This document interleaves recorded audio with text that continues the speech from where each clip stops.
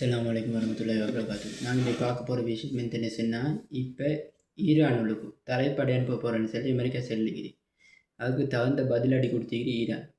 அடுத்தது America Saudi விமான தளத்தை பயன்படுத்தி ஈரானுக்கு அடிக்க சவுதி உத்தரவு கொடுத்துக்கின்னு சொல்லிடுது. அப்போ இதெல்லாம் பேசி முடிக்கொள்ள 20 நிமிஷம் போல சவுதி அரசாங்கம் சொல்லிட்டு நாங்கள் ஒரு உத்தரவுமே கொடுக்கல, விமான தளத்தை யூஸ் பண்ணிடலான்னு சொல்லி அதோட கட்டாரும் எங்களுடைய விமான தளத்தை இருபது தரையில் அப்படின்னு சொல்லி பேஸோட தரையிலான்னு சொல்லி வாபஸ் பெற்றிக்கிறேன்.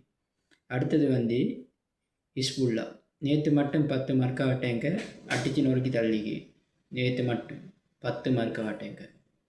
அப்போ இது ஒரு பெரிய யுத்தமாக தொடங்கிட்டு போகுது. ஹிஸ்புல்லா மேலே கை வச்சாங்க, ஹிஸ்புல்லா அடித்து தள்ளுறது. இந்த 3 விஷயத்தை தான் பார்க்க போகிறோம். நாங்கள் ஒன்றாவது பார்க்க போகிறது என்னன்னு சொன்னால், அமெரிக்கா ஈரானுக்கு தரவழியை படை அனுப்புறதுக்கு. இப்போ தரவழியை படை அனுப்பினோடனே இப்போ ஈரான் சும்மா வைக்குமா? ஈரான் ஏற்கனவே 10 லட்சம் ஃபோர்ஸ் இருக்குது. அந்த 10 லட்சத்தில் குறைஞ்சது 3 லட்சம் ஃபோர்ஸை வச்சு சரி அடிக்கும். அமெரிக்கா அனுப்புறதே 30,000 பேரை தான். அந்த 30,000 பேருக்கு சவப்பெட்டி ரெடியாகி வச்சுக்கிறேன்னு சொல்லி ஈரான், நீ 7 மாதம் அனுப்பிப்பாரு, உனக்கு நான் சவப்பெட்டி ரெடியாகி வச்சுக்கிறேன், 30,000 பேருக்கும் குழி தோண்டி வச்சுக்கிறேன்னு. இந்த போர் அமெரிக்கா தானாக பேத்து விழுந்து தானாகவே அவனோட அமெரிக்கா ஆக்களை படி கொடுக்கறதுக்கு செய்கிற வேலை இது. இந்த அமெரிக்கா அந்த நிலைமையில தான் பேசிட்டு இருக்குது. அப்போ இது எங்கே பேச முடியும்னு பார்ப்போம்.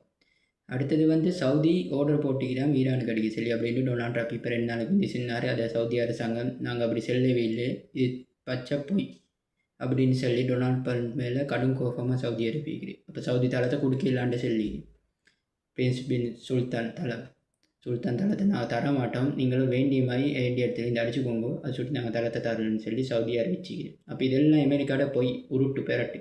இப்படி பார்க்க போனால் இது அமெரிக்கா கல்ஃப் கண்ட்ரியில் இந்த யுத்தத்துள்ளுக்கு இழுக்கிறதுக்கு தான் அமெரிக்காவோட பிளே.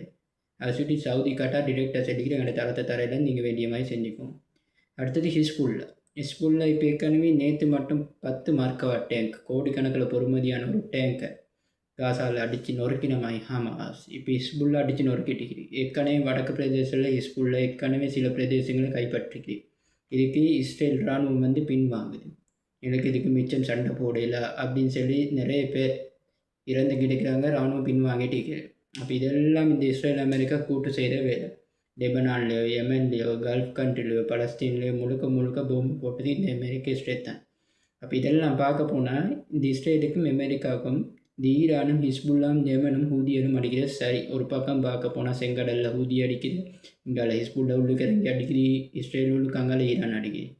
அப்போ இதெல்லாம் முழுக்க காரணம் இவங்க 2 பேரும் தான். இந்த சைடு மொத்த உலகத்துக்கும் இது விளங்கிட்டு. இதே போகிற இது விளங்குறதுக்கு ஒன்றும் இல்லை. இதெல்லாம் யோசிச்சு பார்க்கணும். எங்களோட உலகம் தஞ்சாலும் அடுத்த நியூஸில் பார்ப்போம்.